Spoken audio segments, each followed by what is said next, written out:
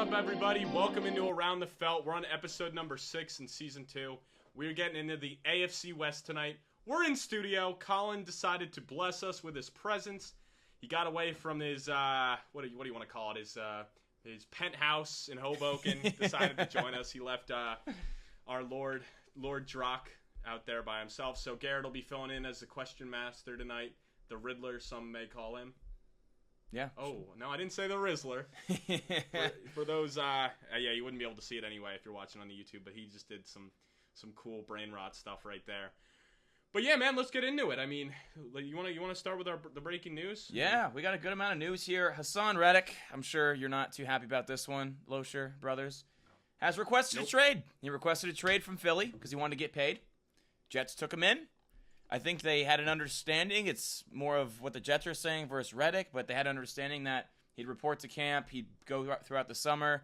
They would extend him during the season. They just need him to show up and be a part of the program first.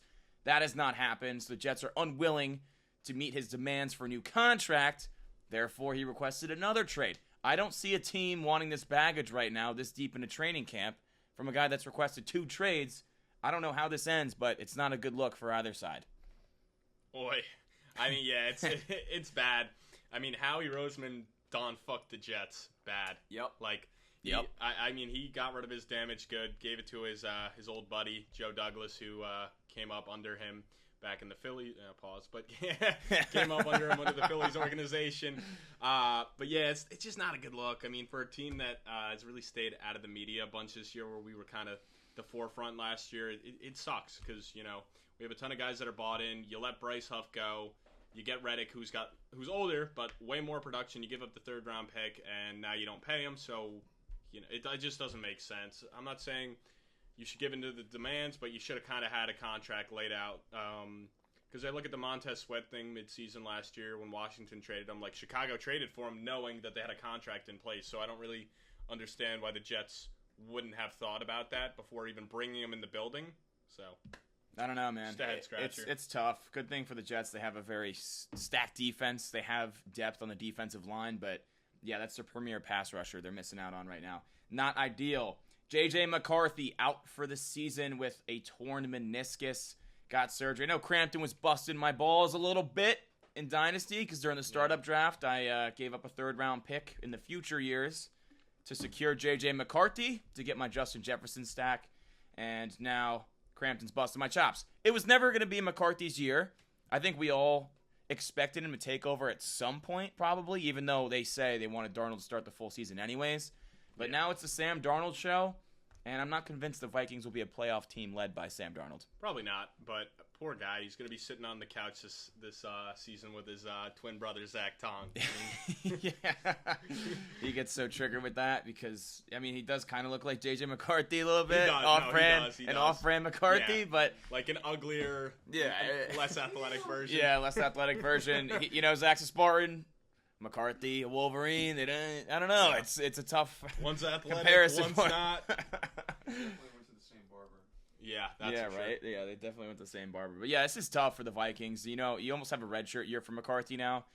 It'll be tough missing out on those reps, but hopefully mentally he'll be ready to roll next year. He'll learn from Darnold and the coaching staff for a full season before getting exposed to those defenses. Yeah, and I mean, I made the TikTok clip the other day when they first announced it.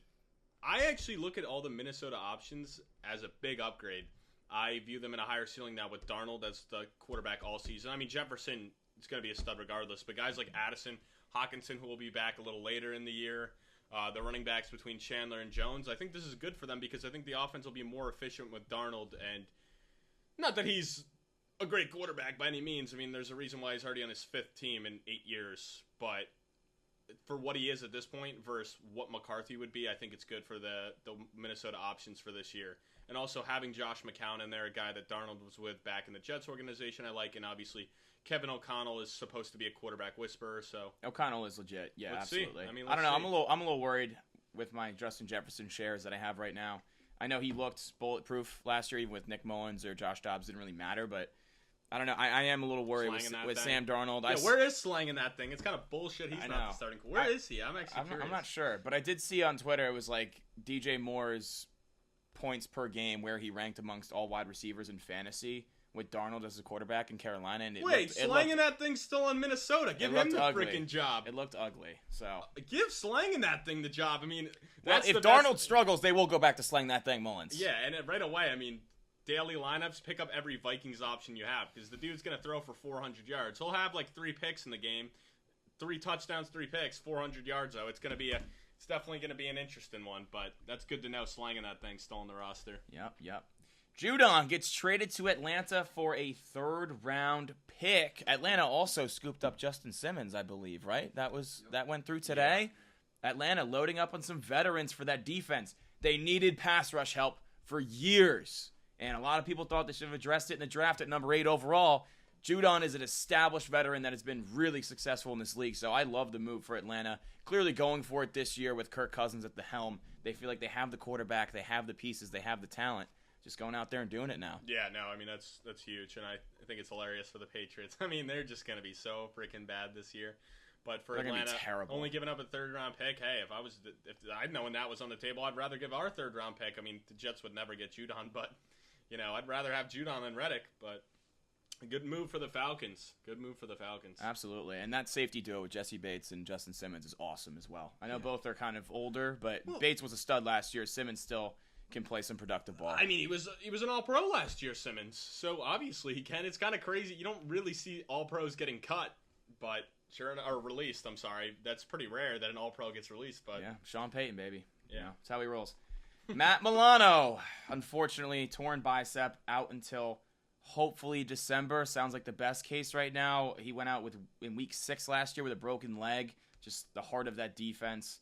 Really tough for the Bills, man, before the season even gets kicked off. I mean, the roster already doesn't look as good on paper this year as it did in previous years with Josh Allen's cap hit skyrocketing. Losing your leader, your defense. Man, this is really tough for Buffalo. Yeah, no, that's for sure. I mean, I obviously, like you said, they lost them last year and losing them again. I mean, this is a defense that already lacked a lot of good players with just being in cap hell this year, missing they technically didn't miss their Super Bowl window, but it's obviously they don't have the talent around Josh Allen they once did, but that defense is going to be Swiss cheese now, especially against the run. Yeah, and the secondary. Swiss cheese, baby. Secondary is going through a lot of turnover as well, so not ideal in Buffalo. Jahmyr Gibbs, hamstring injury. They're hopeful he'll be ready for week 1. Just a tough look. Does this alter you taking Gibbs in fantasy drafts? It definitely does, because if you're debating him with guys like Kyron, Saquon, A.J. Brown, Puka, Garrett Wilson, kind of in that late 1st, early 2nd tier, I mean, now you know he has an injury that, not that the hamstring's going to keep him out a long time, but the risk of re-aggravation's there. Yeah, it is. Obviously, we're no doctors, but yeah, we've seen this happen before. Obviously, Montgomery's still there, so that probably means they're going to take some stuff off of Gibbs, because the Lions don't care about our fantasy football teams. Shocking, I know. They're looking at the big picture, and they're a team that should be fighting for the Super Bowl this year, so they may err on the side of caution, and he might not be getting the full workload, at least for the first half of the year. With this, and with the re-aggravation, they might hold him out, throw some bubble wrap on him, put him on the shelf a little bit, so it definitely worries me a little bit. Not a ton, but if I was kind of like, hey, Kyron or Gibbs, this gives me a reason there where I'm looking at the pros and cons to go with a different guy now. Yeah, I'll be curious to see if he slides. If he does slide a little bit, I will pounce and pick him up. Him sliding is like mid-second. To me, this is just ends a couple debates between guys like Kyron. I would now take over him. A.J. Brown, I would take over him. Saquon, I would take over him. So JT, I think I would take JT over him as well. I would. Just because we've also seen JT has no competition, and let's not forget, in 2021, JT had 1,800 yards. So even if you get close to that production, which technically this is his first healthy and non-contract season since then, our contract issue season since then, it excites me with JT. And we touched on the AFC South episode, the way that Shane Steichen developed that run game and how elite it was, even with Zach Moss back there last year. So yeah. I definitely take JT over him as well. But, that's what we got the fantasy podcast for. Coming next week. A-Chain, I think, that one's tough. I'm going Gibbs. A-Chain has durability concerns already, and that's also a crowded backfield with Mostert, and they just took Jalen Wright. So, I don't know. We saw Montgomery and Gibbs coexist really well last year. Granted, we did see Mostert and A-Chain do the same thing as well, but they added another back. And the injury concerns do they're there. They're still there for Achane. Will Levis, Mayo commercial. Yeah. Did you see that or no? I did. I saw the. I didn't see the full commercial. I saw the tweet that was teasing it. Yeah, that's what I saw too. It was just hilarious to see it like that. I mean, it's smart on Hellman's, I believe it was with. I mean, it is great marketing, 100%. Actually, hell, I still got to drink my mayo in the coffee, so that's reminded me on that. But damn, bro, It's trending again now. That's yeah, actually, I probably should do that. Maybe I'll do that this weekend and just get it over with. Yeah, we can do it at my house. Yeah, I guess I will. You know what? I'll do it this weekend and be like, if Will Levis can make deodorant or whatever fragrance with it, but that's funny. Jeez, man. Finally, Mark Andrews got into a car accident, unfortunately, but fortunately, he's okay. Didn't sustain any injuries. Wow, dodged a bullet. Great for Mark that he's okay. Great for the Baltimore Ravens. Good news. Good news. No, that's great news, and I'm sure a lot of people saw the headline. I saw it right away, and I'm like, well, like... Yeah, because it's clickbaity. Crash, like, it's clickbaity. It's like Mark Andrews involved in car crash, and you're like, oh, shit. Like, what happened? Is he but okay? But no injuries. And the small print, you're like, geez, come on, ESPN, let's tone it down a little bit. All right, that wraps up the news. Big G, what do we got for questions? No, you can let it run. All right, coming in first, you know it, Austie. What's up, Austie? Austie, what's up, bruh? Austie starts us off with, can the Chargers overthrow the Chiefs? No. With a The bang. number 1 team. They No. can. They 100% can.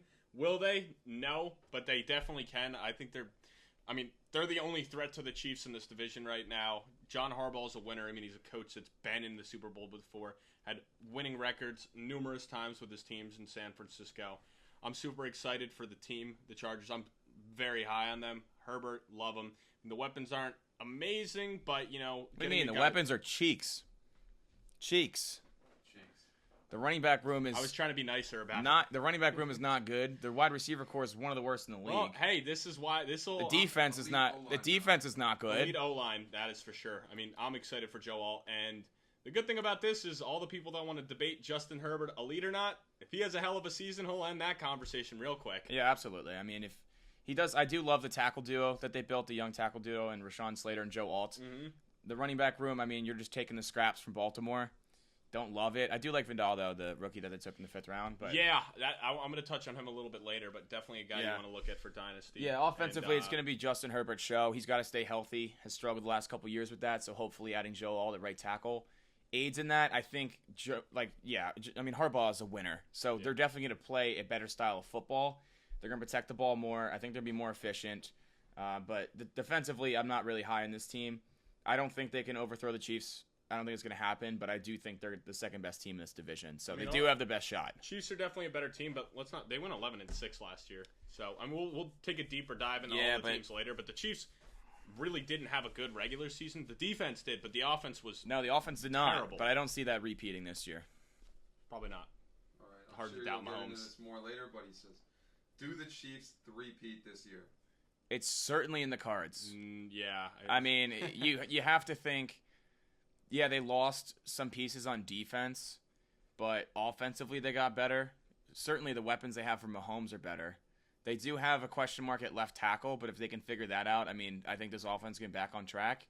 They definitely can three-peat. I mean, last year it's like, oh no, they got to go on the road at Buffalo and at Baltimore. It still didn't matter. It didn't have to go through Arrowhead. They still went to the Super Bowl, came back, beat the Niners in overtime.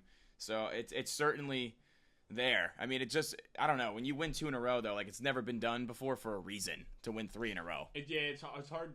It's hard to see them getting worse than last year. They were so freaking bad in the regular season. Yeah, they would squeak by. Their offense they would was, squeak their by. defense was actually elite. Their defense was elite. Yeah. So, and we'll get into all the nitty-gritty stat nerd stuff later. But definitely can three-peat. All right, fantasy questions coming in. Hey, Austie. What is Brock Bowers' fantasy value this season? And will Brock Bowers be a top 10 fantasy tight end this year? He will not be a top 10 fantasy tight end. His value is super high in Dynasty. In best ball, I take him late on the shot because I feel like with that talent, he's due to have a couple big games. But I think most of the time he's going to be a complete dud.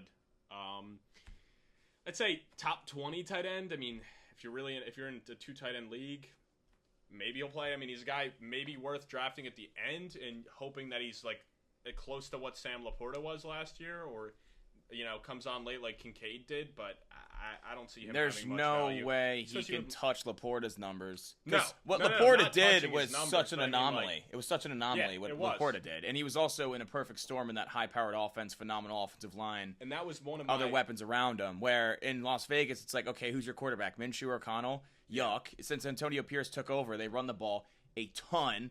Michael Mayer is the way better run blocker than Bowers is. Yeah. So Mayer is still going to play.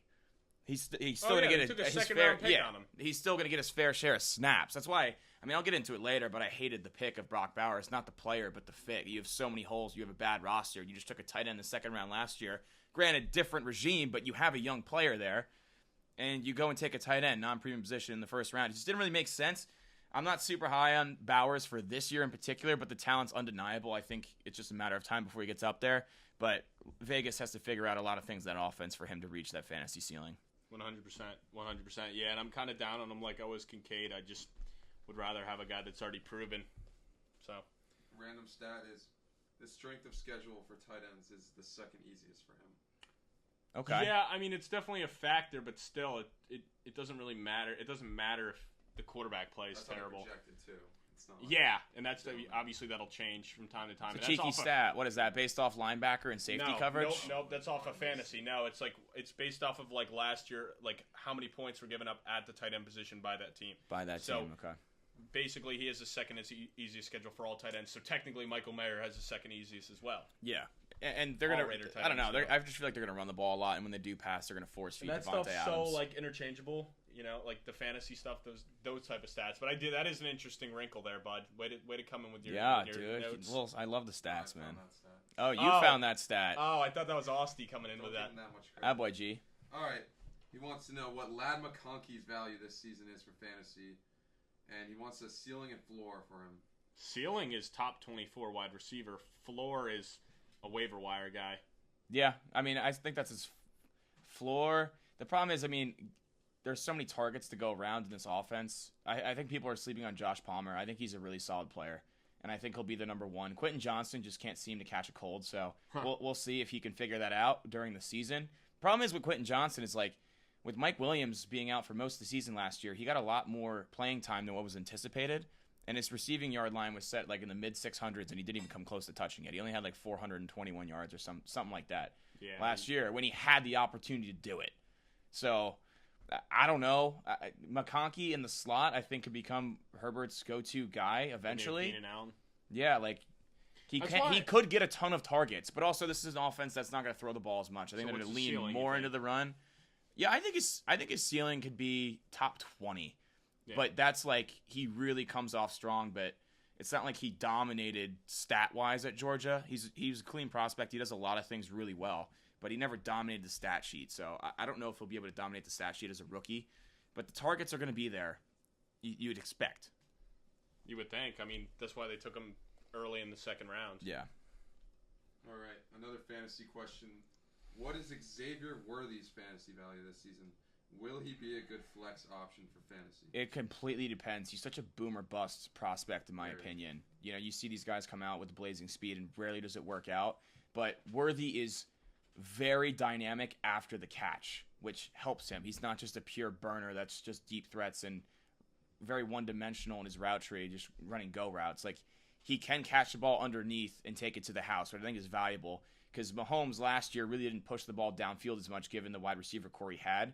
But he was able to work the middle of the field and more underneath routes where I think Worthy can be really valuable. He can be a starter. Like, I don't know if I want to have him in my starting lineup week 1. I kind of want to wait and see what happens and how the offense takes shape. We still don't know about Rashee Rice, Hollywood with the shoulder. I don't know if those question marks are still there. But if he's stepping in week 1 and there's no Hollywood or there's no Rice, then yeah, I'm fine starting him at flex. But it's just a risky pick. He can go for 2 points or he can go for 30. Yeah, he's a flex at best for me. Best ball, he's like an amazing pick because he's gonna do so well in certain weeks where you're gonna take him later in your drafts, and he's gonna end up on some weeks being your wide receiver 1, and then there's gonna be a lot of weeks where you don't use him.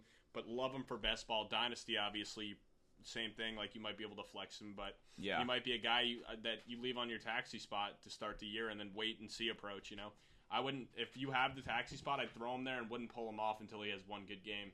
Yeah, I mean, I think his value right now for Dynasty is high, just because of his 40 time and because he And- landed in Kansas City. With So, those freaking like, quarterbacks. I'm trying to make a deal for Pat Mahomes in one league right now, and if I get Mahomes, I want Worthy, but also I think he might put up a dud or two in the beginning of the season, and his value could decrease, and then you try to pounce and get that handcuff. What do you got, Sky Moore 2.0? Yeah, you have Sky Moore Mecole- 2.0. I'm and- sorry, Mecole Hardman 3.0. Yeah, like, just he's one of the more boomer bust fantasy guys that was just taken in the draft, for sure. Yeah. Yep. Okay, coming in next, Mr. Semi-Pro himself, Jake Batoff writes in. Hey. Do you see Jim Harbaugh having success with the Chargers, similar to his years in San Fran, when he went to a Super Bowl and 3 straight championship games? Maybe not this year. I think they're definitely. I think they're going to be in the playoffs. I do have them. I'll get into that a little bit more later. But I think long term, yeah, I think he has a potential there. I mean, as long as you have the quarterback, which clearly the Chargers do, you always have a chance. I mean, it's kind of how people look at the Bills and the Bengals. Like, as long as Burrow and Allen and Mahomes, like some of these top tier quarterbacks are there, like you always have the chance. Get hot at the right time, get a couple weapons around him. So yeah, I definitely think that's possible. This guy's a fucking winner, man. He took the Niners franchise that had 8 straight losing seasons. In his first year, they went 13-3 and went to the NFC Championship game. In his first 3 years, the Niners exceeded their preseason win total set by Vegas all 3 years. So Chargers set at 8.5. If you believe they can top 8.5, Harbaugh seems to be the guy to lead them there. Now, he's in Patrick Mahomes' division, so I think this will be a little bit more difficult given the state of the roster as well. But now he has an elite quarterback to work with, so I think that's really beneficial. They have a pretty good offensive line. They're going to play his style. He does coach winning football. The dude's just a winner. Everywhere he's been, he wins. So, although I don't think it happens this year that they take the division from the Chiefs, they could potentially be a wild card team.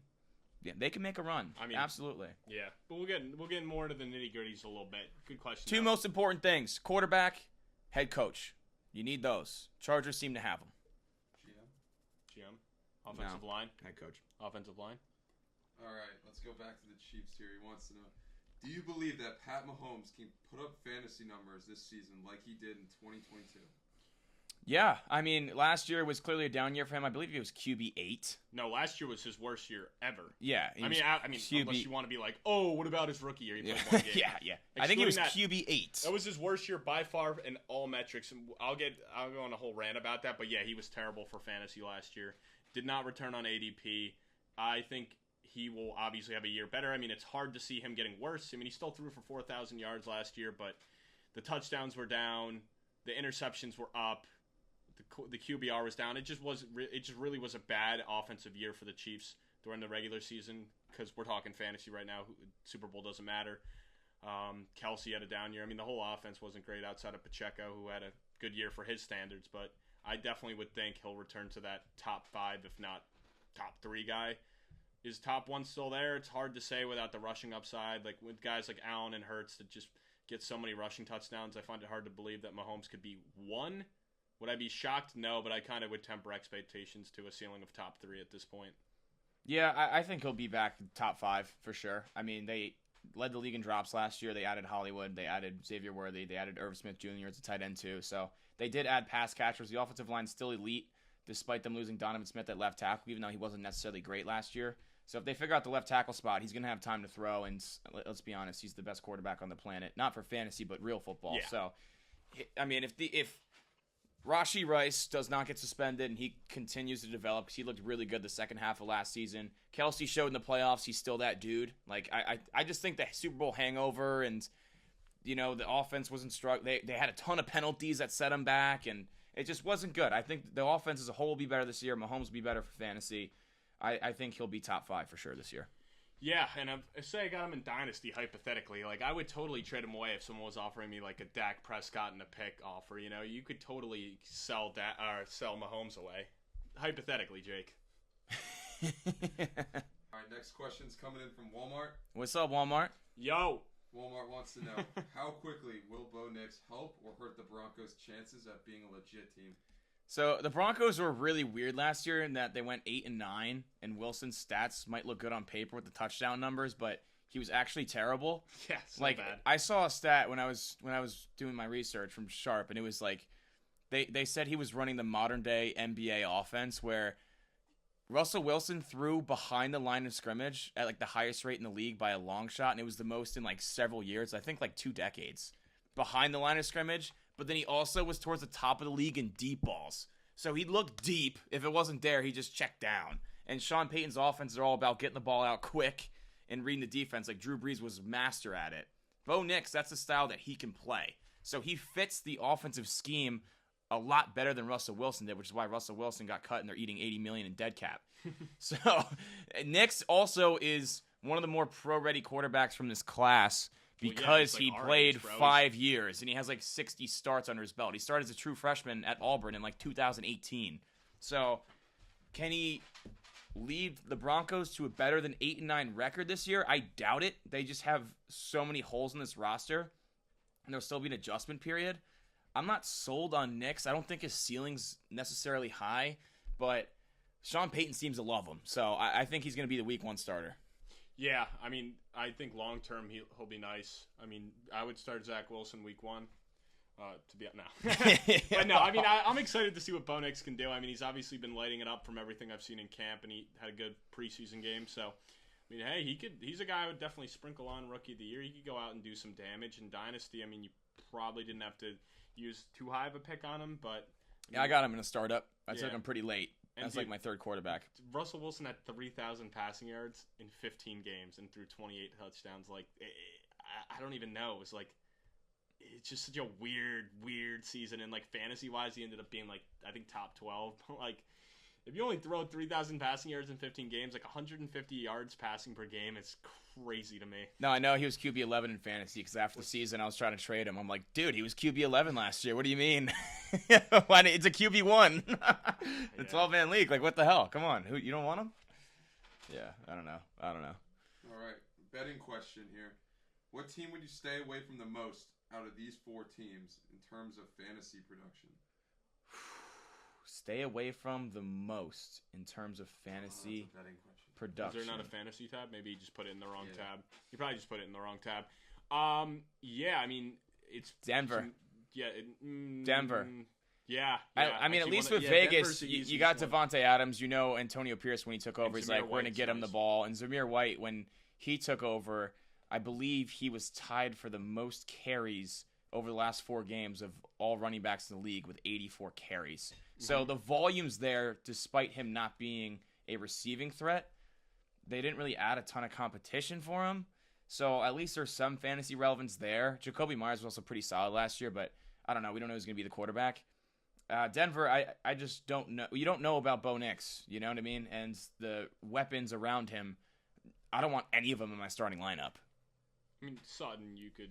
dude, if you have Sutton in your lineup, you're not a playoff team. Let's be honest. Flex? You're not in the playoffs. You have Sutton at your flex. And I mean, obviously, the running backs, like, you want to try to get... McLaughlin was very efficient, so if he's one of your flexes, that's not the end of the day. Yeah, but it's such a crowded backfield, though. They got Javonte, they got Samaje, and they just drafted Estime. So it's like... Yep. But the thing with McLaughlin, though, like, he was undrafted last year, and he really made a name for himself. He has a different skill set than the other 3. That's what I'm saying. So he's a lock to make the roster. Where one of them's going to get cut. Yeah, one of them's going to get cut. Yep. Yeah, and Javonte's kind of cooked. Also, Sutton last year had 10 touchdowns, so that's probably a little bit inflated with Russell Wilson. But he only had 772 yards. I don't know if he's going to top that this year. I guess we'll see. But no Judy. No Judy, but they do have Troy Franklin, who's Bo Nix's teammate in Oregon, now in the picture. Marvin Mims should get more of a run. All-pro Marvin Mims as a kick returner. No, but still. What do you got next, buddy? New questions from Max coming in. He wants to know your opinions on Marvin Mims. Oh wow. Good segue. That's funny. All-pro Marvin Mims. I mean, obviously he's an elite kick returner. Dynasty, definitely keep him around. I mean, you could take a dart throw on him and end of best ball drafts because that's all it is if you do those big competitions. But I do like the talent of Mims. I mean, he's going to have a better chance, obviously, to get more touches with Judy gone. He's been there longer than Franklin. And, Sutton's a guy I wouldn't be shocked if he's traded at the deadline to a contender. So, I don't know. I mean, I don't hate it. I mean, if you have a big bench spot in a redraft league, you could throw him on it at the end. But, I mean... Yeah, I'm not really super high on Mims fantasy-wise. I mean, he just is another one of those boomer bust guys with the speed. I mean, he didn't really do much last year as a rookie. I don't love this. Much. Dude was an all-pro. I don't love. Yeah, I mean, not as a wide receiver. You know, I don't love Marvin Mims really. I don't think he'll ever be fantasy relevant. Say max like in our league, our dynasty league. I think if you have Marvin Mims starting at any point, you're not going to win. I just think it's unlikely that you put him in your top 2 wide receiver spots or a flex, and you're feeling good about that over the next couple of years. To be honest with you, it's a nice stash. I'd add him in trades if he has one big week and be like, yo, look at this guy. Because he probably just caught 2 balls for 95 yards and 2 touchdowns, and the next week he'll go for 1 catch, 7 yards. I don't know. Not a big fan, personally. Max wants to know your opinions on the QB situation in Las Vegas. It's weird. I think Antonio Pierce said they're announcing a starter after this preseason game upcoming on Saturday. So O'Connell became the starter last year. They benched Jimmy G when Pierce took over, and he ran with O'Connell, even though O'Connell didn't really look very good. But you know what Minshew is at this point. He didn't really... I mean, technically he was a Pro Bowler last year, but the Pro Bowl has become kind of a joke with who gets in at quarterback. I mean, Tyler Huntley made it the year before, so I don't know. Really, Minshew did not have that good of a season last year, but I don't know. Game manager. Yeah, I mean... If I'm the Raiders, I'm going with O'Connell just because I don't think they have playoff aspirations this year anyways. But Antonio Pierce doesn't think that. He thinks they have a chance, but I think up top they probably want it to be O'Connell. But then again, what does Devontae Adams say? Like, Antonio Pierce is going to lean on those veterans that are in the room, and Devontae Adams did not like playing with Garoppolo at all. And he did like O'Connell, so that could be influential. Yeah, I mean, my gut tells me Minshew's going to be the starter to at least start the year, just because they went out and paid him, I believe, like $15 million. I know I don't know if it was a 1-year deal or a multi-year deal. I forget, but I remember it was a pretty decent sized contract on a yearly base for a guy that like you're bringing in to potentially be the starter. I mean, he got more than Darnold. But yeah, I mean, if you asked me who I'd rather start for Devontae Adams and some of those other Raider options, I'd say Minshew. So 2 years, $25 million. 2 years, 25. 2 years, so $12.5 million a year. I mean. Yeah, from a fantasy, a lot of money to give to a backup. From a fantasy perspective, I prefer Minshew. From a team building perspective, I'd give O'Connell a run first. Fair. All right. What's next, Jay? Max wants to know who leads Kansas City in targets. Receivers only. Yeah, so no Kelsey. So which of the 3 receivers? You can't say. I want to say Rashee Rice, but asterisk if he gets suspended, obviously not. But I think he already built up that rapport with Mahomes last year en route to a Super Bowl title. So I'm going to go Rashee Rice, barring suspension. And then if he does get suspended, I'm going to go Hollywood Brown. Yeah, I'm going to go with Hollywood Brown. I think he's going to lead the team in targets. I'm actually really excited for that. He had some great production with both the Cardinals and the Ravens, but, inconsistency at times with injuries and going off. But I think with Mahomes, the best quarterback he's had from a pocket passer perspective, I think he's going to do a lot with him. So I'm excited for what Brown can be this year. I really am. I don't know, dude. I want to pull up. I was looking at Hollywood's fantasy finishes, and I know this is obviously the best offense he's been a part of, but he's been wide receiver 52, 44, 22, 36, 46 with 14, 12, 16, 16, 14 games played. So he's not missing a significant chunk of time. Yeah. And it's just like, I don't know. I mean, even as the wide receiver 1 in Baltimore, too, for that, 1 or 2 year stretch. Yeah, I mean, that was before Lamar became more polished as a passer, but then in Arizona, he kind of got screwed because Kyler missed a ton of time. But, I mean, if he doesn't reach top 24 status, like a clear wide receiver 2 this year, and be consistent, because he only did it 1 year in 2021 where he's a top 24 receiver. So if he doesn't do it this year, then I don't know. I don't want him in any fantasy leagues. Fair. Yeah. Next question. Who emerges as the lead running back for the Chargers this year? Gus.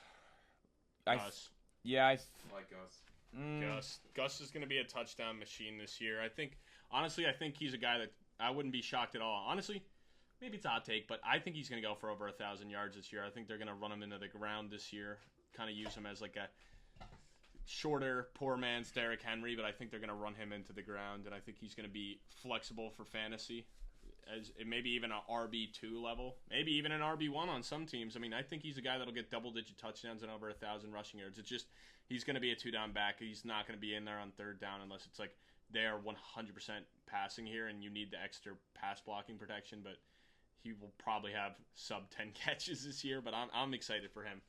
Yeah, I think it's got to be Gus because you can't rely on J.K. Dobbins' health right now. And Kamani Vidal, like they took him in the 5th round. He was really good. He had over 1,600 yards last year rushing, which was second in the country. I think he's the biggest threat to Gus. Gus is not going to do anything in the PPR department, but he is very touchdown dependent. But he's also an efficient back on the ground. Like his yards per carry stats and yards after contact and all those metrics are towards the top, like 15, 20 in the league. So Gus is the veteran. He's going to be the guy initially, even though he does not add anything in the PPR department. But if he doesn't score a touchdown, I think you're a little disappointed with him that week in your fantasy lineup. He's probably getting like 60 yards, but no touchdown, no catches. It's only 6 points. This team's also going to run the ball more under Harbaugh, so. Yeah. That's all we have from Max. All right. I have a question, though. Yeah, what do you got?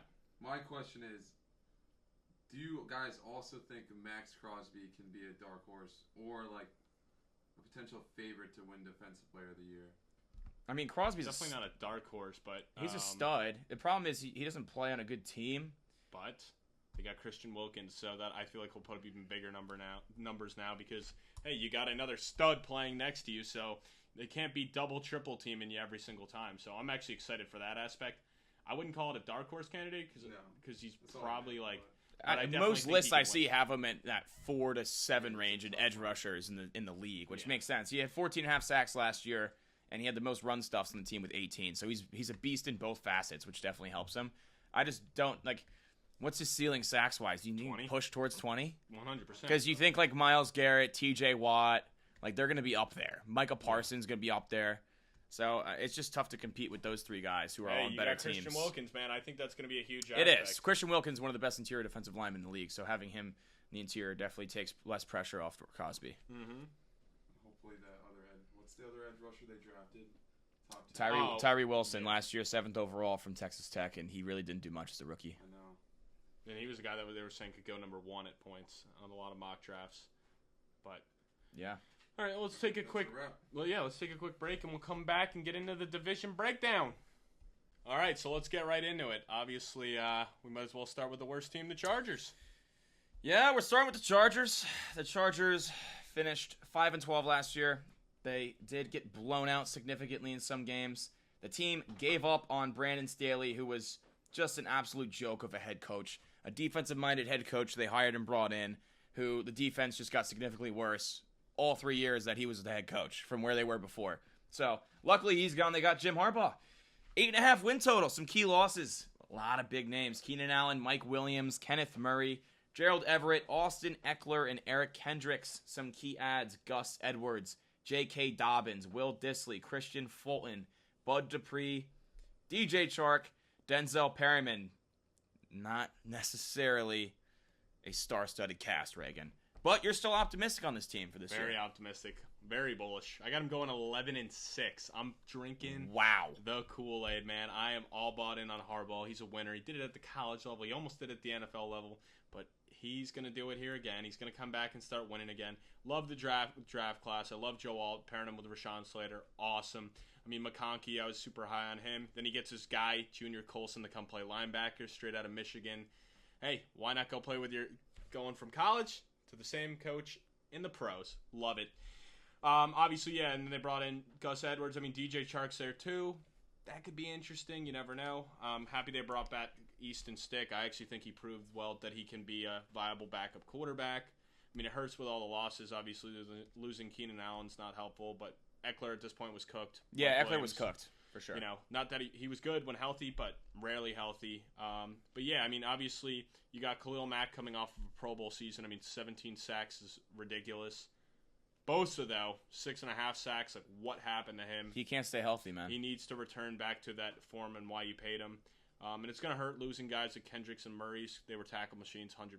But honestly, the defense wasn't great. Of course, they're going to get a lot of tackles when your front guys can't stay healthy. So, not a huge loss. And they were top 5 in yards allowed, top 3 in pass yards allowed. But I am expecting big things, big changes with Harbaugh being there. So, with all that being said, I got him going at 11-6, and I'm really buying into Herbert this year. He's a guy who I think would win the MVP. Am I putting my money on it? No, but if I had to give you 3 MVP candidates, he would be one of them. Yeah, I'm also pretty optimistic for the Chargers this year. 9-8. It's the head coach quarterback combo for me. Touched on earlier how Harbaugh led the Niners to 3 straight NFC championships when he took over a team that, before he got there, had 8 straight losing seasons. So that's just really impressive. You know, over the last 2 seasons, there's only been 6 games that Herbert got to play with both Keenan Allen and Mike Williams. 6 games. 2 seasons. Wow. And also in those 2 seasons, he's been dealing with injuries. He had his ribs in 2022. Last year, he broke his finger. And then he broke, I think, one on his left hand and then one on his throwing hand. So he hasn't been healthy, but he's still that elite quarterback. He's still that guy that can throw for 5,000 yards in a season. Will he do it with this supporting cast? I don't think so, especially with Greg Roman as the OC and Jim Harbaugh as the head coach. Every time they've been together, they've been one of the most run-heavy teams in the league. But I think Herbert's going to thrive off the play action. And I do like that they addressed the offensive line at number 5. I know a lot of people wanted Malik Neighbors potentially there. Thank God they didn't take Malik Neighbors as a Giants fan. I'm pretty pumped about it. But Joe Alt and Rashawn Slater's your tackle duo. Supporting Justin Herbert, yeah, I mean, that's awesome. That's what the Giants thought they got with Evan Neal, but it didn't work out. So hopefully Joe Alt is not another Evan Neal. I doubt it will happen. Although they are kicking him from the left to right side. We'll see how he adjusts. Johnson earlier, I said he had 421 yards. I lied. He had 431. Sorry for the disrespect, Quentin.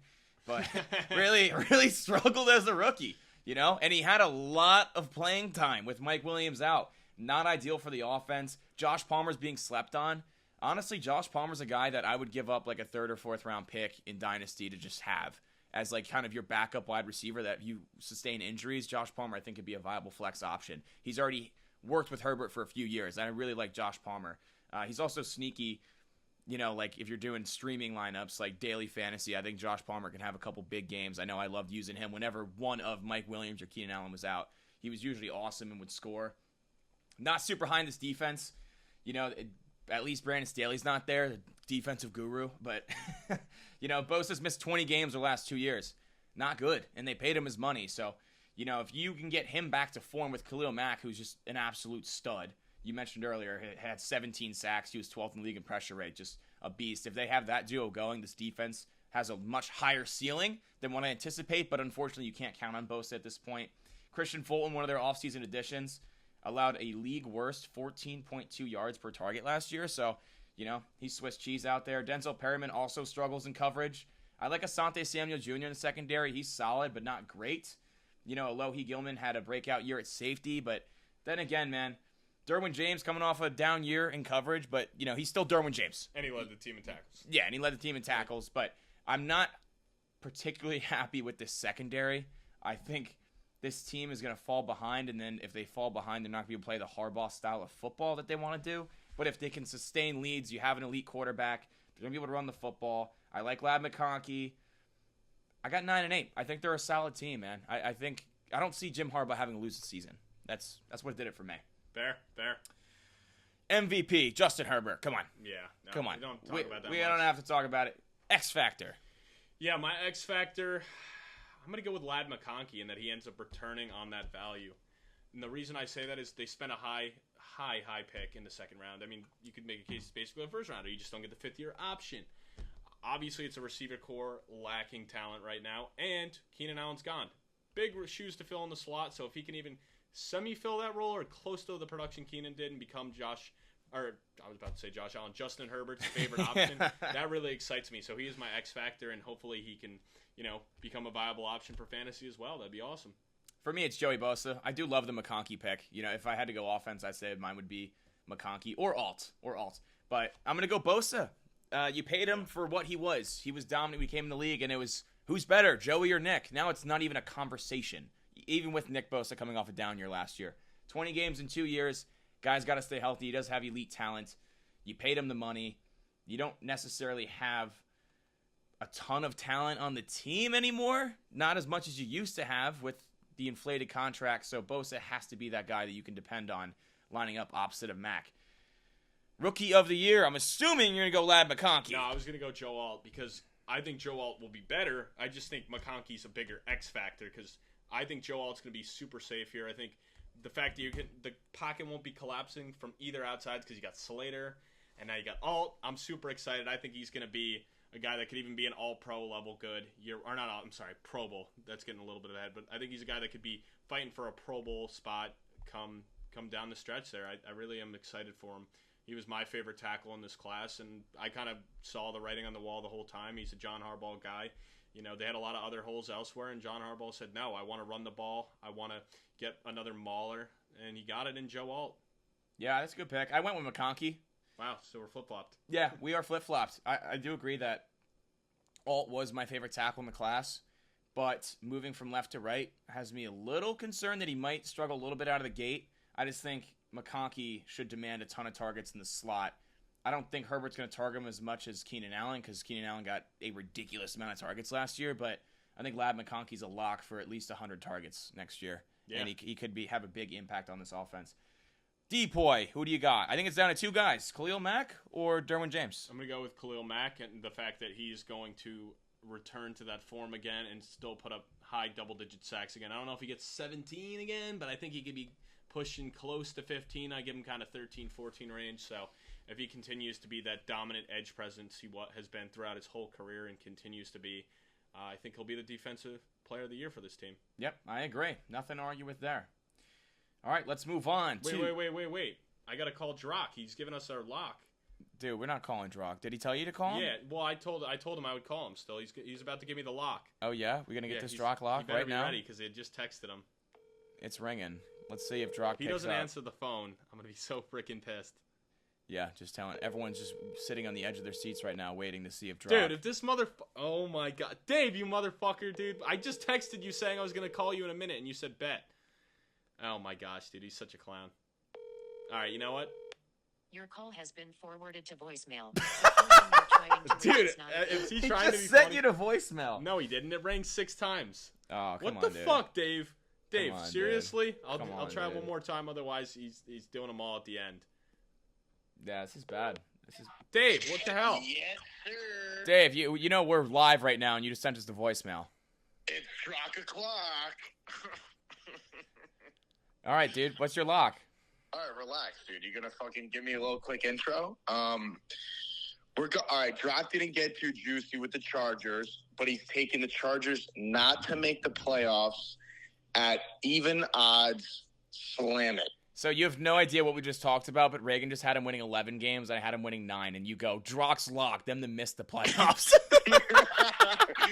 Exactly, to miss the playoffs. Okay. So, Hey, yeah. that's fine. Hey, different perspectives. If you want to fade Drock, you'll get a plus 100, whatever. But if you're fucking rocking with Drock, you're getting them not to make the playoffs at even money.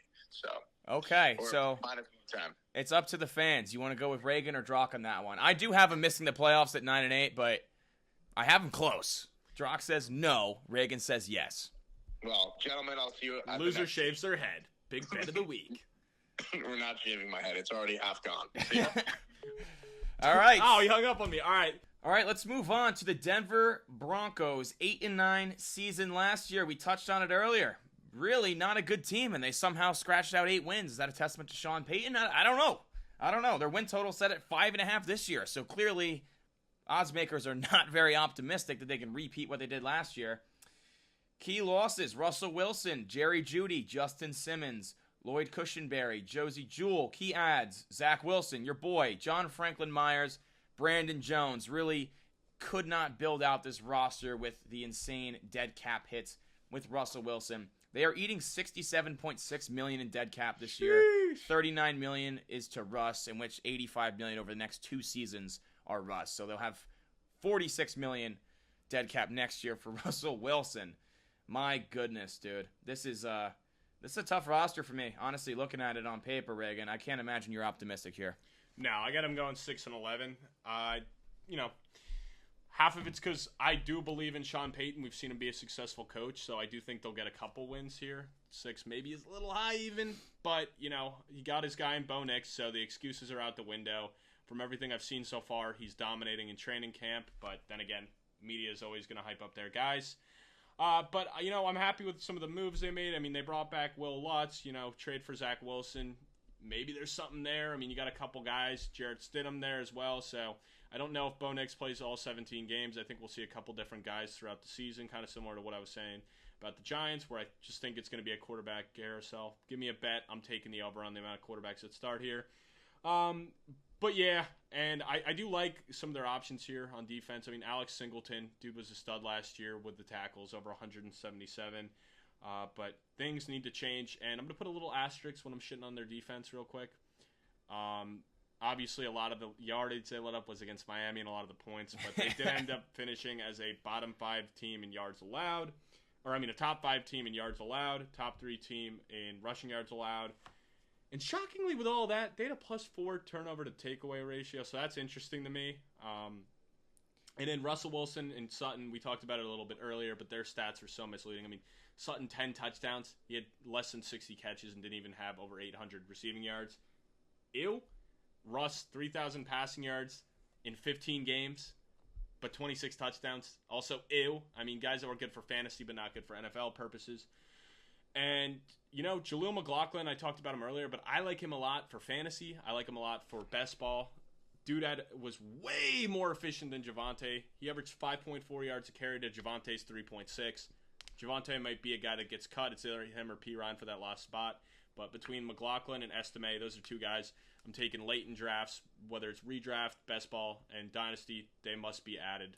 So those 2 guys I'm very excited for. But 6 and 11 is what I got them at. Yeah, I got 5 and 12. We're on the same wavelength here. They started 1 and 5 last year. Then they went on to win 5 games in a row after the whole thing.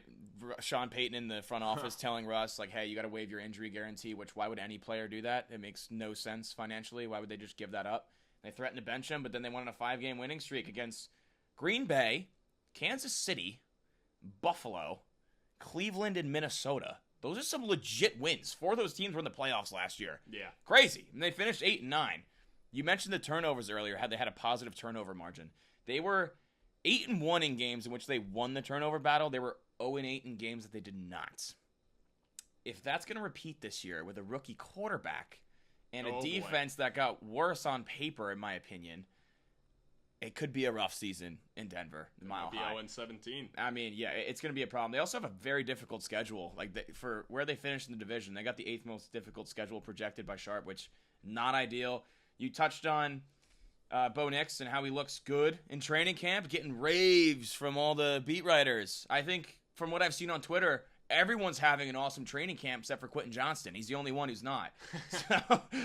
So, we'll see. Week 1, we'll see the first 6 weeks of the season how he does. I think Sean Payton does like Jarrett Stidham, so that's always an option. Zach Wilson, I mean, I don't know. If you believe he's got something left in the tank, something to prove, we'll see. Defensively, I don't love this team. Their defensive front is terrible. The linebackers are pretty good, but Surtain is the only notable piece in that secondary now, and he wasn't himself last year. He's still good, but he wasn't that all-pro caliber type of player. He needs to get back to that. Nick Bonito had 8 sacks in his second season, so at least that's a positive on the front a little bit. Zach Allen's pretty good, but the rest of the defensive line is just very weak. John Franklin Myers will be interesting, though. Yeah, I mean, he's solid, but he's not going to push double-digit sacks, I don't think. I mean, I don't know. The opportunity will be there for him. Defensively, it's just really bad. The offensive weapons are bad. The offensive line's pretty good, but I don't know how they're going to score a lot of points. You mentioned Javonte earlier. He's cooked. 3.8 yards per touch last year. No running back with as many touches, average lower in the entire league. So clearly just that knee injury kind of changed the trajectory of his career, because as a rookie, his forced tackle rate was 31.6%. Last year was 15.7. So less than half. Not ideal. We touched on Sutton's stats earlier, 772 yards and 10 touchdowns. I think he'll have more catches than 59 this year. I don't know if he's going to have the same touchdown numbers. I don't know what was going on with Russell Wilson throwing touchdowns and really doing nothing else. But, Marvin Mims, we touched on him earlier as well. Not super pumped, but, hey, Troy Franklin, I love the pick. 4th round. I mean, some mock drafts had him going to the end of round 1 in round 2. So to get him in the 4th round, he played with Bo Nix, excelled at Oregon with Bo Nix. I think that's just a steal at that point of the draft. Jonah Ellis, they took an edge out of Utah. Developmental pass rusher. Didn't love that pick necessarily. Estime's a bruiser between the tackles, but he's got a similar skill set in a crowded running back room with Javonte, with Samaje Perine. So, I don't know. I just don't love the talent around Bo Nix right now. I think he's going to struggle as a rookie initially. Maybe he'll figure it out. I think he's a guy that can have a high completion percentage. He didn't really turn the ball over a ton at Oregon, but I don't know. It's a big step up. 5 years in college, though. He should be NFL ready. We'll see, but ultimately, this roster is really bad. 5-12 for the Denver Broncos. And they're going to be picking top 5. And then it's like, okay, do we roll Bo Nix again or get a quarterback next year? That's what I think is going to happen. All right, your MVP for the Denver Broncos. Will Lutz. He's going to be kicking a lot of field goals this year. I really don't have a lot of faith in this offense. They're not great on paper at all. I more faith in Sean Payton, but if you go 6-11, is he your MVP? No. So I'm going to go with Will Lutz. This one's crazy, but I think he's going to end up being one of the top fantasy kickers this year because I think the Broncos are going to struggle to actually score the ball because not a lot of talent offensively, and I think there's going to be a lot of field goal opportunities. So he's a guy who I think might end up making 40 field goals this year and ends up leading the team in points scored, which most teams' kickers do, but like it's going to be by a wide margin, and he might end up being a Pro Bowler and might be the best kicker in the league this year. He's going to have a hell of a lot of opportunities. Wow, I love that. Fantasy. That's a very sneaky pick. I love that. I went with Pat Surtain just because I think this defense has the potential to allow 30 points a game if Surtain is to miss time. And he needs to be able to shadow that number 1 wide receiver and put clamps on because I don't love anything around him really on that defense. So for any chance of this team to stay in games and give Bo Nix a chance to go win some games and build some confidence, Surtain's going to have to lock down the number 1 receiver. He's the best player on their team. If he struggles more so than he did last year, in which he wasn't an all-pro self, but he was still good, if he gets hurt, this team's in trouble. X factor for the Broncos. I think it's Bo Nix. He's the rookie quarterback you took 12th overall. He's the 5th quarterback taken in the draft. Some thought he shouldn't have gone in the first round, but Sean Payton picked him because he thinks he can run his offense to the best of all the guys in the draft, and way more than Russell Wilson did. So maybe it was out of desperation. Maybe it was Sean Payton saw something. Bo Nix was the most accurate passer in the country last season. He's going to get the ball out quick. Sean Payton has his rookie quarterback. If Bo Nix struggles, though, this team might win 2 games. Yeah, my X factor is Sean Payton because he's the guy who decided Russ wasn't his guy and was fine with letting him go and taking all those cap hits. So he's got to deal with what he got, but he's got his quarterback now. So he's the X factor. If he truly has all of his guys, there's no reason this team shouldn't be competing or at least fighting for a playoff spot. So that's my X factor. Rookie of the year. Again, I'm going back to the well. Bo Nix, because Troy Franklin's not going to be that guy if Bo Nix doesn't succeed. Audric Estime's in a crowded backfield. Jonah Ellis, I mean, he's developmental type of guy. He really wasn't super productive. So, although the potential's there, there's going to be snaps to be had on that defensive line that's terrible. I don't know. It's got to be Bo Nix. And if Bo Nix gets benched, they might not even have a rookie of the year. There might not be one to pick from. Yeah, no, I mean, you're completely right. There's not much to argue on that. Depoy, I mentioned it, my MVP for the team, Pat Surtain. Yeah, I double-dipped with Surtain and Nix because this team doesn't have a lot of talent. I'll go with Alex Singleton just to be different. Dude's a tackling machine, 177 last year. I think, he's going to have to repeat that again. And obviously you could go Surtain, but just to, switch it up, give it a different perspective. He's going to have to be a mauler in the stopping the run, but he's also going to maybe throw in a couple picks. All right, well, we will get Drock's lock later on. But let's move on to the Las Vegas Raiders, who also finished with an 8-9 record last year. Win total this year set at 6.5. Vegas, again, not very optimistic on their hometown Vegas Raiders. Key losses: Josh Jacobs, Jimmy Garoppolo, Hunter Renfrow, Jermaine Illuminor, Greg Van Rotten. Some key adds: Christian Wilkins, Gardner Minshew, Harrison Bryant, Cody Whitehair, Michael Gallup, Andres Peets. Reagan, do you believe in Antonio Pierce in the Las Vegas Raiders? No, I don't. I got him going 5-12. I'm super down on this team this year, and mainly it's the quarterback play. I just really don't believe in either quarterback. I mean, don't get me wrong, they got some good weapons there between Adams, obviously getting Bowers. It ain't going to hurt. I really like Jackson Powers Johnson, the center they got. I wanted him to go in the first round. I thought he was going to go in the first round, so love that. But to me, it's just the quarterback play is going to hold them back so much. I mean, the defense has some studs in Wilkins and Crosby, but, the secondary's not good. The linebacker core is not great, so I'm not really excited for that. And then offensively, I just think they're going to be held back a lot. And I think going back and forth, it's going to be a lot of Minshew, it's going to be a lot of O'Connell. I don't think either guy's going to really win the job, and they're going to be a team drafting in the top 5 next year. I will say a couple things. Zamir White, super high on him for fantasy this year. I know you talked about it earlier about how he had like 80-something carries down the stretch. He had 84 carries over the last 4 games, which is tied for the league lead. 4.7 yards per carry over those games, which ranked 12th in the league. However, he only caught 9 passes, so for fantasy, he's very game script dependent. Yeah, but he was way more efficient on the ground than Jacobs, too, a guy who was coming off of a huge season the year prior. I mean, 4.3 yards per carry to 3.5. I mean, it's pretty clear why they let Jacobs walk when you got a guy that's more efficient than him when he had the role and For was a the guy. fraction of the cost. Yeah, fraction of the cost. Crosby, huge year. We talked about it earlier. I mean, he had 14 and a half sacks. Can he be closer to the 20 range and push for that deep boy?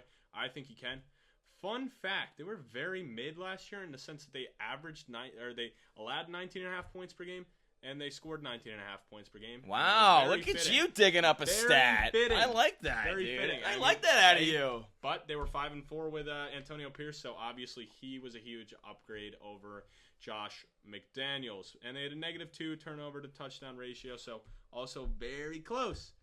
But yeah, I mean, the quarterback's the biggest question on this team. You know Davante Adams is going to be a stud. I mean, he still got over 100 catches, 1,100 yards, and 8 touchdowns last year. But yeah, until I'm proven by Minshew or O'Connell that they can be the guy, which Minshew has never been the guy. I mean, I guess he was a Pro Bowler last year, so I should stop disrespecting him. Mickey but let's Mouse be Pro honest, Bowl. He's not going to get him over the hump, and I think I saw enough of O'Connell last year that I don't have any faith on him. So 5-12 it is.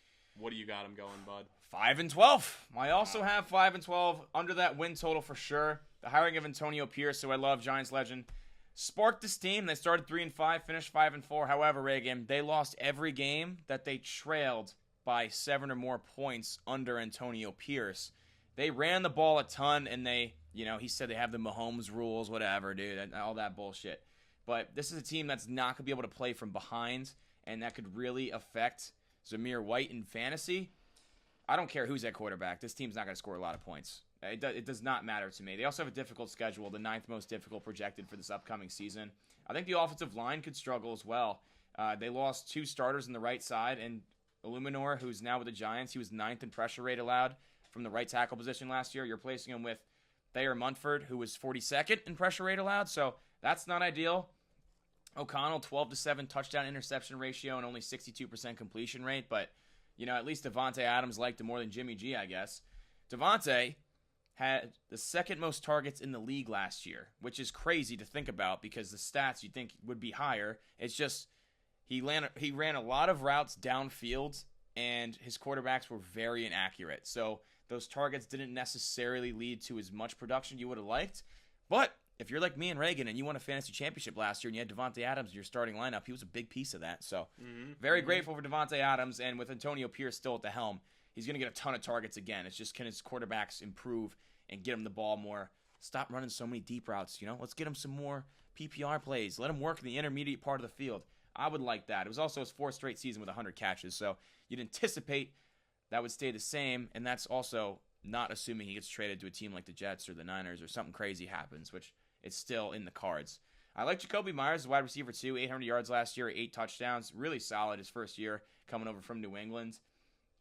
Defensively, another thing, man. You said they allowed 19.5 points per game. Did you know that they faced 7 backup quarterbacks last year? I did not. That probably explains why they went 8-9. That is a ridiculously high number of backup quarterbacks you had to play, and I don't anticipate them to get that lucky again this year. Defensively, I love Wilkins. 9-sack season last year. He's a stud in the interior. Will really help Crosby, who you've already touched on. Tyree Wilson only had 3.5 sacks as a rookie after you took him 7th overall. And he does have the flexibility to move inside and outside, but now with Wilkins there, you can kind of let Tyree Wilson develop his game on the edge opposite of Crosby, which I really like. And if he lives up to his ceiling, this can be a top 5, top 3 defensive line in the league. And that's really what's going to carry this team if they are going to eclipse their win total of 6.5. The linebacker core is I mean, they're solid. Nothing special with Spillane and Diablo. Secondary's bad.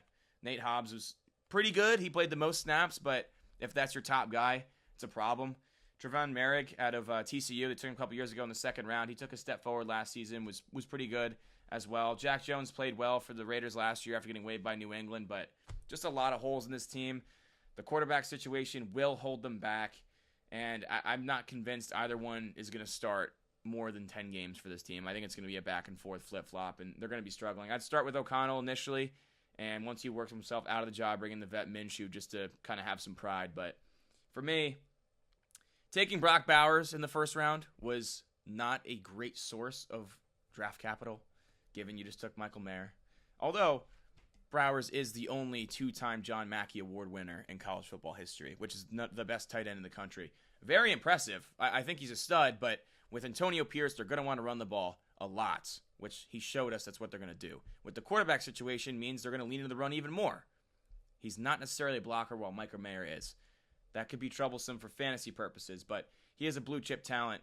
Can't miss prospect. You touched on Jackson Powers-Johnson. He's a mauler in the run game. He's going to start immediately at guard, so he does fit when Antonio Pierce wants to do. I liked it a lot, but ultimately not enough talent in this team for me to buy into it, and the quarterback situation really weighs him down. 5-12. Yeah. MVP. This is a tough one, but I'm going to go. You know what? It's really not that. I'm just going to go with Crosby, dude.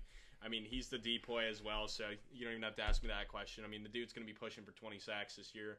I think adding Wilkins is huge for him. He's not going to see as many double teams, as many triple teams. He's really going to be able to excel and take another level to his game this year. Yeah, I went with, obviously, Crosby for depoy as well, but I went a different route. I went Devontae Adams for MVP. Devontae Adams misses time. This offense might average 9 points a game with the quarterback situation. Devontae Adams is going to get a ton of targets. He's going to be the fuel that ignites this offense, and if he can't get the targets he needs, if he can't get the production he needs from these quarterbacks, if they can't get him open, the offense is not going to score points. They're not going to win games. They can't win from behind. They're not built that way. So Devontae Adams has to be the MVP. The X factor for you. Tyree Wilson. Think about Whoa! it. If he can get to the level of what they projected him to be and why they drafted him so early in the first round last year, you're pairing him with Crosby and Wilkins. Think about how good that D-line will be if he lives up to any of the hope and takes a big year 2 jump. I mean, holy shit, that might be the best D-line in football. It very well could be. So he's a huge X factor. I mean, the amount of pressure they'll be able to put on teams, and when you're only going to have to run 4 guys, you can throw more guys back into the secondary that'll help out with the linebacker core and the weak secondary. So he is my X factor. I love that pick. I would just went with the quarterback situation, to be honest with you. It's pretty self-explanatory. Whichever guy's going to prove himself and be the starter, if they can hold on to that job and, be productive, then this team might be able to be around 500 again. But if the quarterbacks struggle, I don't think it matters what anyone else does. This team's not going to score a lot of points. They're not going to win games. Rookie of the year. Jackson Powers-Johnson. I mean, I was super high on him. I thought he was going to be in the first round, but he's one of the best interior linemen in this class. I mean, I know you said he's going to be playing guard, has the center ability. That's what he played in college, but I'm super excited for what this guy can do. And I don't know how big of an impact Brock Bowers will have year 1 in the receiving game with the fact that Michael Mayer's still there. Another John Mackey winner as well. Just they wanted a guy with 2 instead of 1. But, I just think Bowers' upside isn't as high, and I think Powers will start all 17 games and have a big impact to this team. Yeah, I mean, that's a good pick. I'll just play devil's advocate and go with Bowers, assuming that he does become that legitimate receiving threat as a rookie. Not Sam Laporta level, like we mentioned earlier, but he does become that threat. And although Jacoby Myers is a really solid number 2 option, that could develop into a really nice trio that maybe if you have Gardner Minshew in there, although he's going to turn the ball over and he's not necessarily the most efficient quarterback, that can put up some numbers, because Minshew has shown us he can put up some numbers. That trio, if Bowers can reach his ceiling relatively early, can be pretty dynamic. Depoy, we already touched on. It's Max Crosby. Nothing more to talk about there. Nothing more to talk about. Give Drock a call. Let's hear his 2 locks. We're going to make up for it because we ended the Broncos segment a little too early. So he's going to be giving you one for the Broncos as well, and then he'll call him back one more time and get the Chiefs. Here, put it close to the mic. We'll see. All right, Drock, we need you to give us your Broncos and your Raiders lock. Oh, so you guys forgot about me. No, we didn't forget about you. We had technical difficulties. Which one do you want first? Denver. This one's a long shot, but I'm going to go Sutton to score 10-plus receiving touchdowns at plus 1,000. It's a long shot. Yeah. I don't know why I like it. Maybe he has 2 a game for maybe 2 games and then has sprinkles in 1 every other game. Yeah, that's really good math, Drock. Yeah, I was going to say the math is not mathing there, but yeah, that's my lock. Wow, that's funny because I just said I don't think he's going to hit 10 touchdowns. The good thing is, for you, he did do that last year, so we've seen him do it before. Yeah. His line is not at 10 flat, though. That's a very long shot. Yeah. You're plus 1,000. Okay, I like it. What's your Raiders lock? My Raiders lock is sneaky. Max Crosby to record 20-plus sacks at plus 900. Woo! Reagan was just talking about that. He's been in the limelight all off season. I like what he's doing. He's at the white party. I fuck with him really heavy, and I think he gets that 20 sacks this year at plus 900. So he hangs out with Michael Rubin, therefore 20 sacks. That's the Make philosophy that the thumbnail for behind the Max video. Crosby. Does Michael Rubin hanging out with Max Crosby lead to a 20-sack season? Oh, that's so Question mark? clickbaity. That's awesome, Drock. All right, we'll call you in a little bit with the Chiefs. All right, to wrap it up, finally we have to talk about the two-time defending Super Bowl champions, the Kansas City Chiefs. A down year last year for their standards in the regular season with 11-6 record. Their win total this year is set at 11.5. Some key losses. Big one, L'Jarius Sneed, all-pro player last year. Donovan Smith, their starting left tackle. Mecole Hardman, Willie Gay Jr., Marquez Valdes-Scantling. Some key adds, Hollywood Brown and Irv Smith Jr. Reagan, I know the Chiefs struggled a little bit in the regular season last year. Do you project that to happen again this year, or do they get back to that 13-14 win total? They do. They go 13-4. Their defense is elite. I mean, let me just get into the defense before I even talk about the offense. The defense was number 2 in yards allowed and points per game allowed. So, I mean, they only allowed 17.3 game. And number 2 in sacks. Number 2 in sacks. There you go. There's another one. And, hey, guess what? You returned Chris Jones. Big sack guy. Chris Jones, Big 10.5 sacks. Pause. George Karlaftis, 10.5 sacks from Purdue. So, between that's 21 sacks. Pause. But, that's huge. So, that D-line's still going to be up there getting a lot of sacks. Offensively, obviously, Mahomes had his worst year ever. Obviously, we're not going to talk about his rookie year because, let's not get all nitty with that and all annoying. He played one game his rookie year. So, for Mahomes standards, down year. Still a great year for NFL standards, but he was down career lows in yards, touchdown to interception ratio, and QBR, all the lowest it's ever been. Pacheco, though, breakout year. Yeah, big year for I Pacheco. expect him to have another big year. I'm not as high on him for fantasy as a lot of people are. Like, I don't think second round's a little too rich for me. But Mahomes and having better receiving options, I'm up on Mahomes again. I think he could finish in that top 3 spot. Kelsey, also down year. First time since 2015 that he didn't finish with over 1,000 receiving yards. I think he'll have a better year, get back over 1,000. More touchdowns this year with having more weapons there. Obviously, like you said, they added Hollywood. They drafted Worthy, so that'll be huge. And Rice, as long as he's not suspended, they got a nice little core they're building there. So with that all being said, I got them 13-4. I don't have them winning the Super Bowl, but I definitely have them going far. Yeah, I don't have my Super Bowl picks yet, but I do also have the Chiefs going 13-4. They have a relatively soft schedule this year. For a team that won the Super Bowl, Sharp's projecting the 12th easiest schedule, so that's going to play in their favor. Last year, they were the only team since 2000, according to Sharp, to make the playoffs with a turnover margin of -10 or worse and a penalty margin of -20 or worse. The only team to make the playoffs. They won 11 games. They overcame all that, all those Jawan Taylor holding penalties and all the drops. The injuries didn't matter. Patrick Mahomes is that guy. That defense is elite. They still got it done. They really struggled to push the ball downfield last year, like in years past. Obviously, no Tyreek Hill, but adding Hollywood and Worthy should fix that problem. The offensive line's legit across the board. It's just who's going to win that left tackle job. Wanya Morris they took in the 3rd round in 2023. Or is going to be the rookie, Kingsley Sumatia, that they took out of BYU in the 2nd round. That's the biggest X factor on the offensive line. If they can figure that out, then they're going to score a ton of points. The offense is 100% better. You already touched on Pacheco. Had 249 touches last year, nearly 1,200 yards, and 9 touchdowns in only 14 games. So those are legit numbers, but then again, not huge in the PPR department. Like, I'm not taking him in round 2 of a redraft league. No, absolutely not. No. I don't want to touch that. But then again, what's behind him? It's just Clyde, and Clyde's a bum, so you really don't have a lot of competition for touches. Kelsey did have a down year for his standards. He wasn't the tight end 1 in fantasy.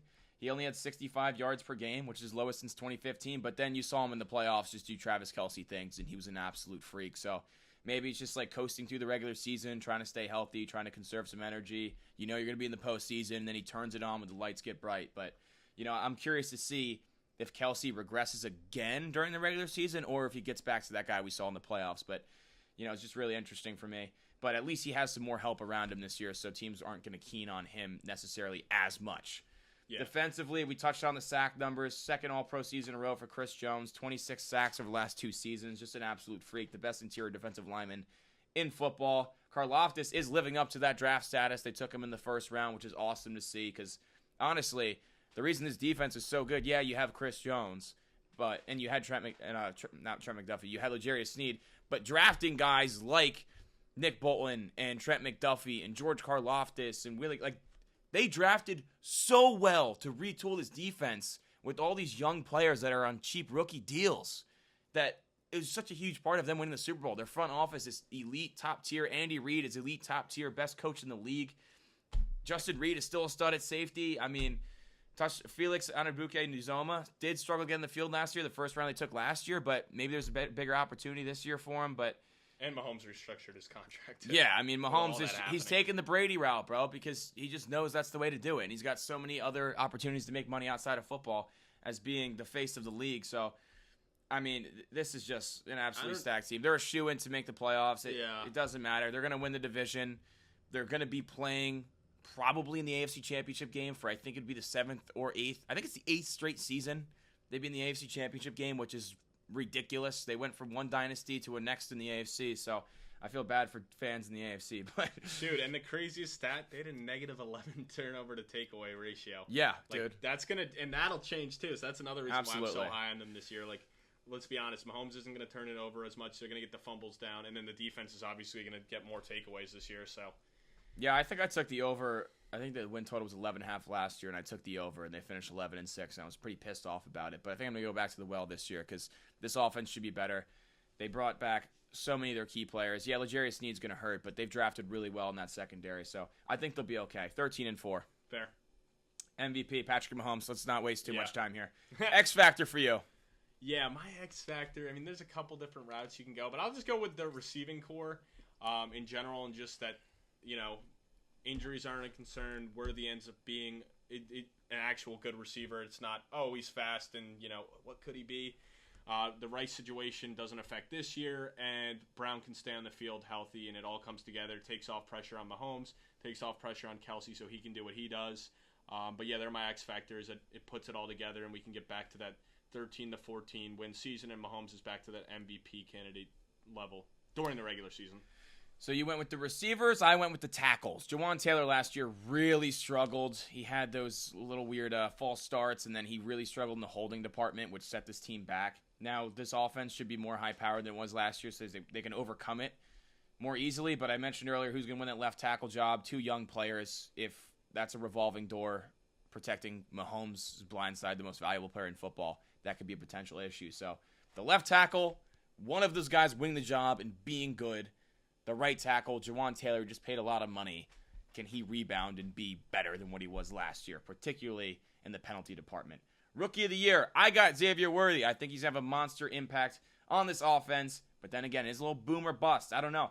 Maybe it's Kingsley if he wins the left tackle job. But we don't know if he's going to win it now, so it's hard to pick him. Also, I want to say C.J. Hansen, 7th round guard from Holy Cross. Shout out to Luke Newman, his teammate.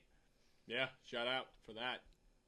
That's actually very cool. Like, yeah. I didn't even but yeah, you're completely sick. right. That is cool. So you go from playing, at Holy Cross. We had our interview with Luke Newman. If you haven't checked it out yet, it was a great interview, and he touched on him. But yeah, you go from playing at Holy Cross to protecting Patrick Mahomes potentially down the road. But he's got the tools. Hopefully, he can develop into something down the road. That'd be pretty cool. Very cool. Yeah, I got Worthy. I mean, like you highlighted, we don't know. He's the guy who has a clear path. They didn't have a ton of draft picks this year with high capital, so I'm gonna go with Worthy here. Not gonna overthink it. Depoy. I think it's Chris Jones. You can make a case for Trent McDuffie, also an All-Pro player, but I believe McDuffie was second-team All-Pro, Chris Jones first-team All-Pro, and Chris Jones is the heart of this defense. It's Chris Jones. It's good they got Drew. I didn't even say they got Tranquil back as well, so that's another big add back. But yeah, it's Chris Jones is the heart and soul of this defense. Let's get Drock on the line. Let's hear what this clown has to say for his last All right, Drock, let's hear it. The Kansas City Chiefs, Drock's lock. Mm-hmm. Sassy Drock. This is awesome pick by Drock, and hopefully you guys are acknowledging the same way. It may be square pick, but good value. Patrick Mahomes, regular season passing yards. He's the most favorited at plus 500. That, I would say, is a phenomenal value pick out of Patrick Mahomes. Come on, please talk to me about it. To lead the league in passing yards at plus 500. Yes. Yeah. Okay. Dude, plus 500 from Patty Mahomes to slang that thing? Yeah, I mean, bro, I would say his biggest His biggest risk is injury and also the fact that there's a good chance that they have the 1 seed locked up by week 17, so he only plays 16 games. But on paper, I love it, dude. On paper, I love it. I mean, let me ask you guys another question, though. Who else do you see as being most favored for most passing yards for the season? Yeah, but Allen's lost. He's lost Diggs. But the defense is I don't worse. know. Kirk. I don't want to say Dak with Kirk. CD Lamb, but not really much outside of CD. Kirk. What do the odds say, Dave? Who else was up there? Yeah, give me 1 second. I'm pulling them back up because I'm actually very curious. But I think I saw like CJ Stroud up top. Jared Goff, I think, is a sneaky one as well because he does have. If Jameson Williams takes a big jump, I mean that offense can be even more high powered. Although they do run the ball really well. Like I said, CJ Stroud is at plus 600 Stroud. after him. Dak Prescott plus 650, and then Jared Goff at plus 800. Prescott, Goff. What's Cousins? Cousins at plus 1,400 in the 8th spot to be 8th most favorite. I think that's sneaky as well. Awesome. All right, Dave, I like that All right, one. gentlemen. Good luck. Appreciate it, brother. All right, guys. Well, I mean, I think that's a great way to end it on a Drox Lock, is it not? I think so. Wrap it up. We got 2 more divisions. We got one coming next week, the NFC North, and then fantasy football pod next week. Yeah, we might be doing it late week. We might be doing it. Help you get ready for your drafts, because it's what we do all day, every day. Reagan's sending me trades, and we're talking fantasy football. It gets a little annoying sometimes, but it's what we do all day, every day. So we'll get that pod coming for you as well. Hey, and polos, make sure you buy them. They're on sale. Hit one of us up. Buy them. Buy them. They look sharp. Peace.